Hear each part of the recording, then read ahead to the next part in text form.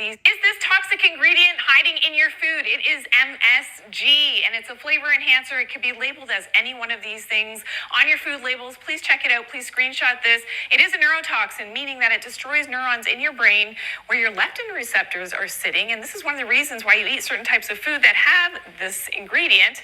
It makes you more and more hungry. And the reason why they put it in the food. Fear around MSG started a very long time ago, when a publisher in the New England Journal of Medicine claimed that when he ate Chinese food it gave him a headache, and he blamed it on the MSG, and this stuck around for a very long time. But 17 years of research have shown that MSG in physiological levels is not dangerous or harmful whatsoever. And as I'll show you in a moment, it may actually be beneficial.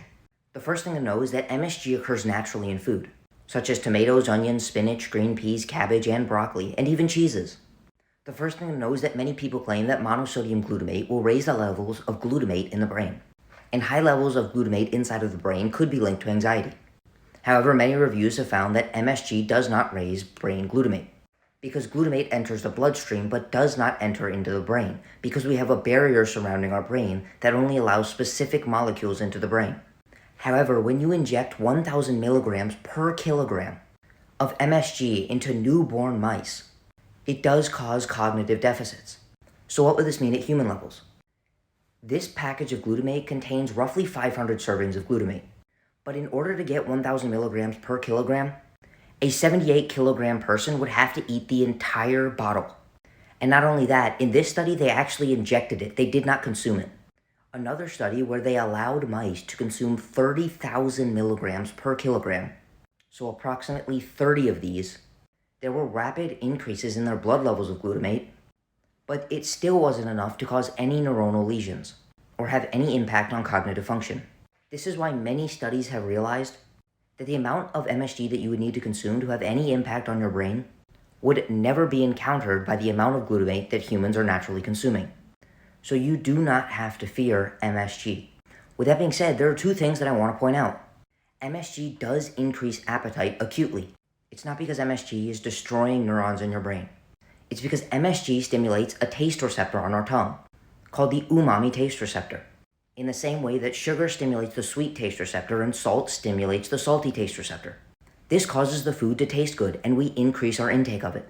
However, it does increase appetite while we're eating, but it increases satiety when we are finished eating. And this makes sense. When you're eating food that tastes good, you're probably going to want to eat more in the moment. But once you finish, you're satisfied for a longer period of time. So MSG increases food intake at that meal, but decreases food intake at the meals afterwards. And the other thing I'll mention is the use of MSG in the elderly. MSG actually appears to improve cognitive function and actually helps facilitate healthier food choices. Not only that, but MSG has an interesting impact on gut motility, and it increases digestive absorption, specifically of vital micronutrients like zinc, which many people, including the elderly, are deficient in. And increasing zinc absorption can actually help regenerate taste buds, specifically in the elderly. Additionally, in many people that have an issue consuming enough protein per meal, once again, specifically the elderly and younger populations without a large appetite, MSG can allow us to eat enough protein at every meal, because it increases digestive rate and allows us to increase appetite acutely. Obviously, if MSG doesn't make you feel good or it makes you eat too much throughout the course of the day, then MSG may not be a positive additive to your diet. But after years of trying to prove that MSG has some sort of neurotoxic effect, none of the studies have been able to show this. But the myth that MSG is some sort of toxin and that it's somehow going to cause some sort of long-lasting cognitive impairment is still perpetuated by many people today. But if you actually do your research, you would learn that MSG is not a nutrient of concern. And it occurs naturally in many of the foods that you eat, and it simply gives food a better flavor. And if you want to learn how to take control of your health and energy, send me a DM to sign up for coaching.